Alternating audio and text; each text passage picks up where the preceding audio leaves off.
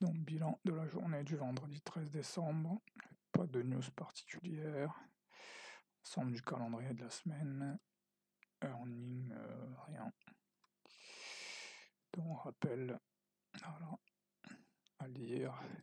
Donc la clé ici sur le système, rejet AJP à l'open, simple, puis choisir la simplicité si j'avais tradé après. En fait, il y a deux double bottom entre le S&P et le Nasdaq, mais sur le Nasdaq c'est un rebond mi-HV, donc c'est un signal qui est plus fort qu'un double bottom, qui n'a pas de niveau en fait. Un ordre d'achat, j'aurais pu en mettre un sur le mi-HB du NQ, un ordre de vente sur le mi-HB du Do.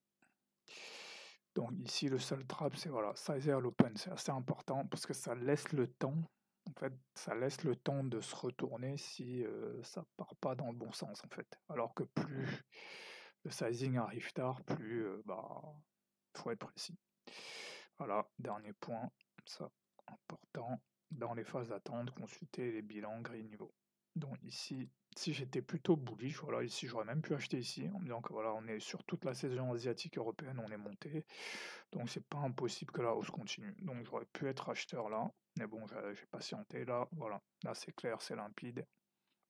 Rejet AJP, j'aurais dû vendre ici. Ensuite, ici, c'est ambigu. Est-ce que je vends directement sur MiVHB? J'ai pas de règle qui fasse que je vende sur MiVHB. Donc j'aurais plutôt joué ça sur le NQ. J'aurais plutôt attendu sur le NQ pour vendre. Donc voilà. J'aurais vendu ici sur le NQ parce que là ça devient open sur AJP. On peut aller chercher MiVHB. Ici, voilà, sur le dos, j'aurais pu mettre mon ordre de vente ici. Sur le Nasdaq, j'aurais pu mettre mon ordre d'achat ici. Ici aussi, j'aurais pu mettre un ordre d'achat. En vrai aussi. Là, voilà, là. Ce qui aurait été bien, c'est de conserver la position jusqu'ici. Ça aurait été pas mal. Donc voilà, sur le dos, tentative de hausse, on échoue. Donc ça aurait été raisonnable de vendre ici. Voilà. Là, je pense que si j'étais rentré, je serais sorti de toute façon. Donc là, il y a une tentative de reversal. Est-ce que ça se prend ou pas? C'est avant 17h30, donc, mais bon, là, il y a pas d'avalement, il n'y a rien, c'est un peu faible. Donc j'aurais peut-être attendu, mais voilà, si j'avais mis un ordre, l'ordre serait quand même passé. Donc ici, là, je pense que j'aurais été tenté de vendre. Je me serais dit, voilà, là, on essaie de réintégrer BJP, ça marche pas, donc peut-être qu'on va avoir une leg 2. Ici aussi sur le dos, je pense que j'aurais été tenté de vendre. Ouais. Même pas que j'aurais été tenté, c'est un signal de vente en fait. On essaye d'intégrer le BJP, ça marche pas. Ça aurait été raisonnable de vendre ici. Voilà. Donc on va avoir une leg 2. Alors là, j'ai le double bottom. Pourquoi? Parce que dès qu'on break cette zone, on réintègre immédiatement. Une fois de plus l'heure, voilà, cette notion, elle est... Après, c'est peut-être un moment où c'est important, mais je pense que c'est un truc qui, de façon générale, est assez important. À 19h, on essaye de breaker, le break échoue. Là, ça donne le ton pour presque le reste de la soirée en fait. Donc à partir d'ici, j'aurais pu racheter en me disant que il est très probable qu'on va venir au moins sur BJP, voire même le retracement de 50%. Pareil ici sur le dos. Voilà, c'est là où je dis qu'il fallait choisir le plus simple parce que sur le NQ, c'est un rebond mi-VHV. Ici, c'est un rebond mais sans support, donc il valait plutôt mieux choisir le NQ.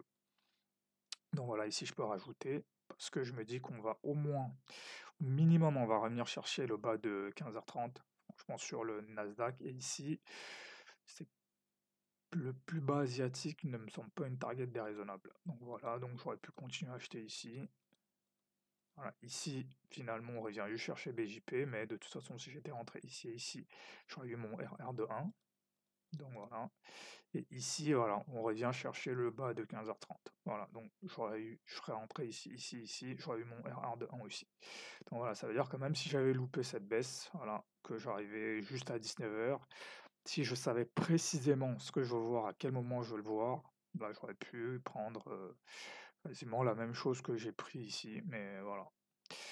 Donc une fois de plus, l'important de bien connaître mes signaux et d'être prêt à exécuter quand ils se présentent en fait. Et là, ici, clairement, le rebond mi-HV, pour les acheteurs, c'était le signal du jour. Donc voilà. Ensuite, ici, si je regarde le dos,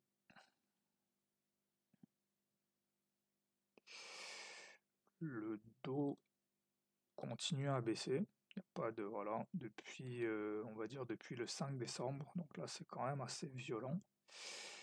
Ça m'étonnerait pas qu'on revienne chercher cette zone. Franchement, je ne serais pas surpris que cette baisse continue.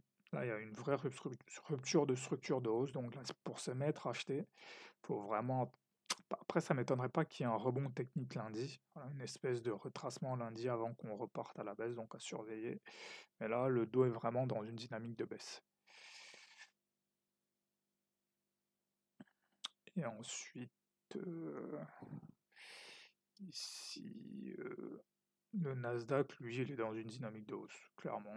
Dès qu'on revient sur mi-vague, on repart à la hausse, mi-vague, on repart à la hausse. Après, je ne sais pas qui va rattraper qui. Est-ce que c'est le Nasdaq qui va rattraper, qui va revenir chercher le dos et finalement on va partir à la baisse, ou alors c'est le dos qui va rattraper les deux autres. J'avoue que là, je sais pas. Mais bon, peu importe. J'ai juste besoin de suivre mes signaux. Ici, rebond mi-vague, on va chercher AJP, ça se prenait. Ensuite ici,